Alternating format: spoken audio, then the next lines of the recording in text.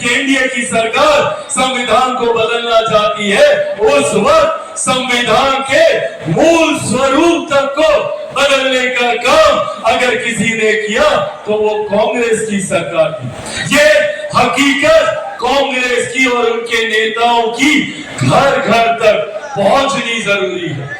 याद करें उस आपातकाल का वो दौर, जितने बुजुर्ग यहाँ पर मौजूद हैं, किस तरीके से युवाओं को, जिसमें अधिकांश अनुसूचित जाति जनजाति से आने वाले युवा थे, गरीब वर्ग से आने वाले युवा थे, पिछड़ा वर्ग से आने वाले युवा थे, अल्पसंख्यक समाज से आने वाले युवा थे, किस तरीके से जबरन उन्हें पकड़कर उनकी नसबंदी कराई जाती थी, किस तरीके से उनके ऊपर अत्याचार किया जाता था। ये था वो आपातकाल का काला दौर, जिसकी यातनाएं आज हर उस नेता ने झेली है जो इस विपक्षी गठबंधन का समर्थन करने का काम करता है। ये है सत्ता की लालच, ये है सत्ता का सुख, जिसके लिए ये तमाम नेता अपने सिद्धांतों को भूलकर कांग्रेस का नेतृत्व स्वीकार करने की मंशा रखते हैं, ताकि ये अपनी महत्वाकांक्षाओं को पूरा कर सके। और जब बिहार आते हैं तो ये तमाम नेता कांग्रेस के नेताओं का स्वागत करते हैं।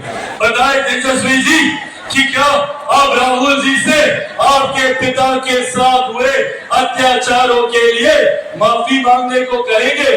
क्या आप राहुल जी से पूछेंगे कि क्यों इतने लंबे समय तक पिछड़े वर्ग से आने वाले लोगों के साथ अन्याय करने का काम किया? मंडल कमीशन की रिपोर्ट 10 साल तक इंदिरा जी के पास और उसके बाद राजीव गांधी जी के पास ठंडे बस्ते में पड़ी रही।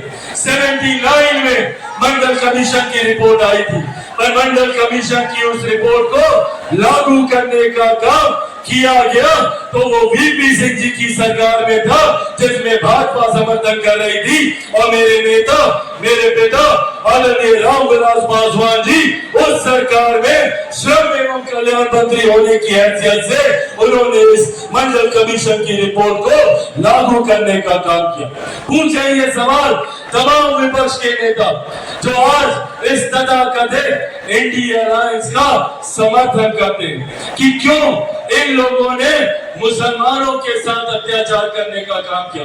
आज मेरे कई मुसलमान भाई पटना में धरना दे रहे हैं वक्त के खिलाफ कि जो संशोधन हुए, जबकि जो संशोधन किए गए वो गरीब मुसलमानों को उनका हक दिलाने के लिए किए गए, जिसका समर्थन राजद तेजस्वी यादव करते। तो पूछे तेजस्वी जी से कि भैया जब तुर्कमान गेट दिल्ली में आपातकाल के दौरान खाली कराया गया, जिसमें हजारों लाखों की संख्या में मुसलमानों को विस्थापित कर दिल्ली के बाहर सड़क पर गाजियाबाद के पास बैठ दिया गया, क्या उसके लिए राहुल गांधी जी से राजद के नेता माफी मांगने को कहेंगे?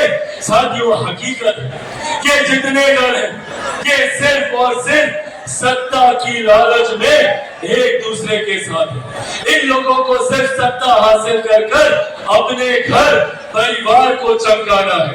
आज नेता प्रतिपक्ष तेजस्वी यादव बोलते हैं कि भैया हमको 20 महीने का समय दे दीजिए, हम 20 साल जितना काम करेंगे।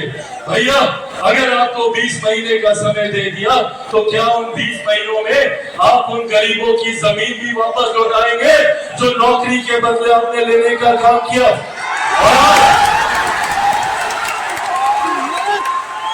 और आज तो आप और नौकरियां देने का वादा कर रहे हैं, तो क्या और जमीन हासिल करने की सोच है आपकी?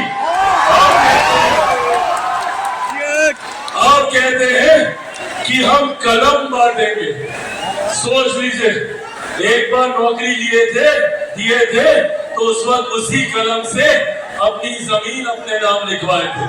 अब एक बार फिर कलम बांट रहे हैं, तो सोचिए इस बार क्या क्या अपने नाम लिखवाएंगे। इसीलिए साथियों, आज आप लोगों से यह आग्रह करने आए, जरूरी है एक ऐसी सोच के साथ जुड़े रहना जो सही मायनों में विकास की बात करती, जो जात पात धर्म मजहब से उठकर 14 करोड़ बिहार वासियों की बात करती हो, बिहार को विकसित बनाने की बात करती हो।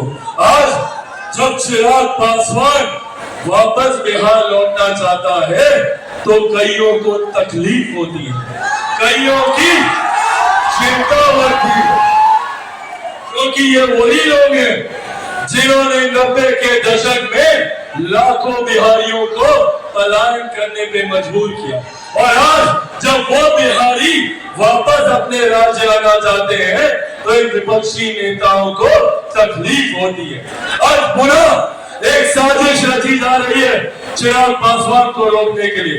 एक वो दौर था जब चिराग पासवान ने 2020 में बिहार फर्स्ट बिहारी फर्स्ट का नारा दिया था, तो उस वक्त साजिश रची गई थी चिराग पासवान को समाप्त करने के लिए, घर पार्टी परिवार सब तुड़वाने का काम किया। और आज पुनः वही साजिश रची जा रही है, क्योंकि चिराग पासवान ये चाहता है कि अपने राज्य वापस आए, अपने परिवार के पास वापस आए और यही रहकर आप लोगों के साथ मिलकर बिहार को पास और बिहारियों को पास बनाए। तो आज ये तमाम पुनः सब लोग एकजुट हो गए हैं चिराग पासवान को रोकने के लिए। क्यों इतना करते हैं ये लोग चिराग पासवान से? क्यों इतनी तकलीफ है चिराग पासवान की? क्योंकि चिराग पासवान बिहारियों की बात करता है, महिलाओं की बात करता है, बुजुर्गों की बात करता है, युवाओं की बात करता है, किसानों की बात करता है, मजदूरों की बात करता है, 14 करोड़ बिहारियों की बात करता है। इसीलिए ये लोग कहते हैं चिराग पासवान के आगे।